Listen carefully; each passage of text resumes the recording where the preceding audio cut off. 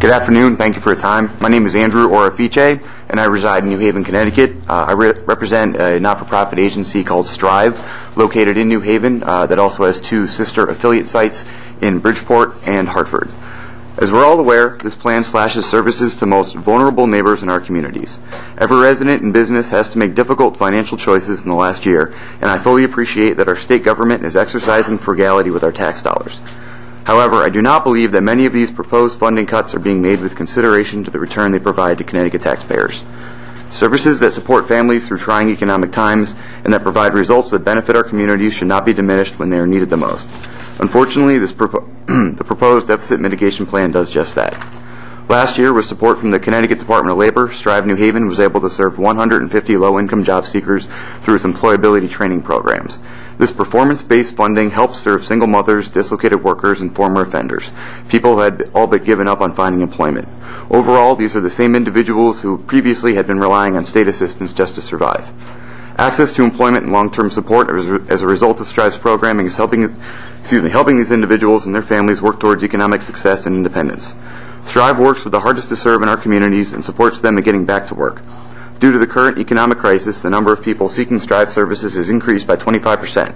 Despite the downturn, however, Strive is still putting 75% of its clients to work. More importantly, 72% of program graduates historically remain employed 2 years afterwards. In 10 years of doing business, Strive has served over 1,100 individuals in Greater New Haven, and in the current fiscal year, we will be adding another 150 to that number. There are 3 Strive sites in Connecticut, as I had mentioned before, and Strive's return on investment to Connecticut taxpayers is calculated at 278%. This is based on wages earned, taxes paid, and savings to the state, and not paying for things like reincarceration costs as well as others. In a time when Strive services are more in demand than ever, any reduction in funding would be detrimental to the solvency of these agencies. In the current mitigation plan, the 3 Strive sites in Connecticut face a $135,000 reduction in funding. This cut, and cuts like it that support struggling families, is an extremely short-sighted decision. I strongly urge you to reject the Governor's deficit mitigation plan and restore funding for Strive and other essential services in support of your constituents who are working hard to prosper in these difficult times. Thank you. Thank you for your testimony, Andrew. Are there any questions? Representative? Sir. I wonder, what you're trying to do is get jobs for people that are having a hard time getting jobs. Yes, sir. Is that correct? Mm-hmm. Okay.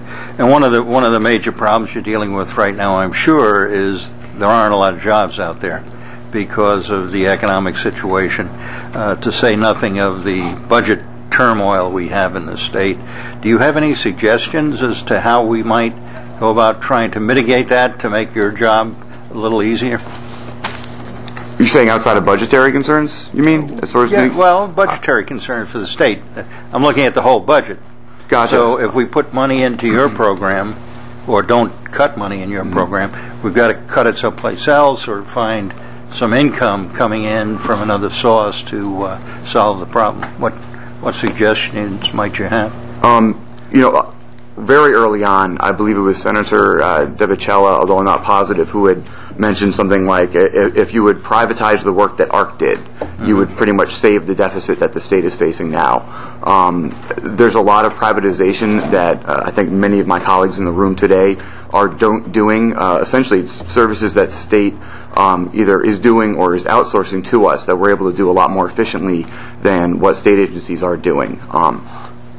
I don't have figures in front of me right now to be able to prove that, although I do know with our per person cost of about $3,300, we're able to prepare, train, place an individual into employment and then follow up with them for 2 years providing ongoing services. I don't know that other state agencies would be able to do that.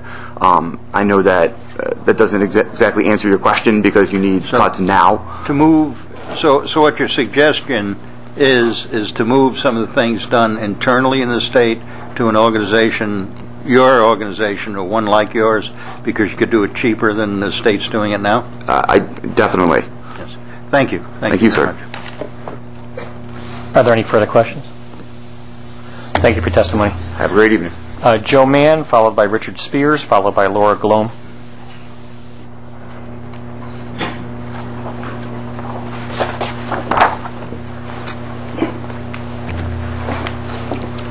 Good afternoon, Representative.